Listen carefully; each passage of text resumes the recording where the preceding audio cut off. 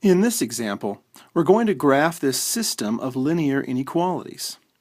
So remember, in order to graph a linear inequality, we need four pieces of information: the slope, the y-intercept, or at least a starting point, whether the line is going to be solid or dashed, and also where we're going to shade.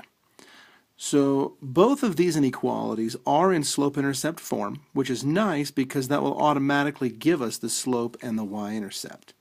So let's look at the first one. Y is greater than or equal to 2/3 x plus 1. So in this case, the slope is going to be 2/3. That's the coefficient of my x. And my y-intercept is going to be 1. It's that constant here. Since y is greater than or equal to, I know I'm going to use a solid line. And again, a solid line because of the equal to business. So that means that this line that functions as the boundary between the two regions will be included in the solution set. And y is greater than or equal to, so I know I'm going to shade above the line. Okay, the other one is y is less than negative x minus 4. So my slope, or my m value, is negative 1, or we could say negative 1 over 1 as far as rise over run. My b value is negative 4, that's my constant. Y is less than, but it's not equal to, so I know this line is going to be a dashed line, and since y is less than, I know I'm going to be shading below the inequality line. Okay, let's go ahead and graph the first one. So I'm going to start, my b value, or my y-intercept, is at 1. And my slope is 2/3. That means my rise over run is up 2 over to the right 3. Do that a couple of times here. Or I can go down 2 and back 3. And you'll see that the lines are indeed collinear, so all in a straight line.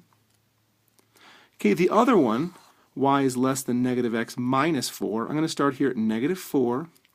And it's a negative 1 over 1 slope. So down 1 over 1, down 1 over 1. Or, of course, up 1 and back to the left 1. Oh, here's a point that's already there.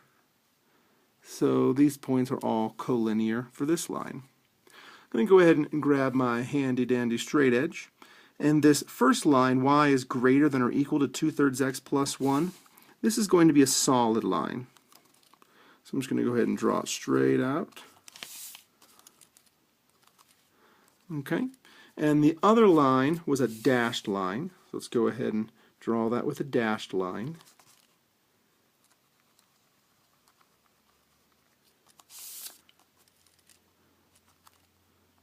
Okay, so now I have four regions here, and I kind of need to know which of these am I actually going to shade.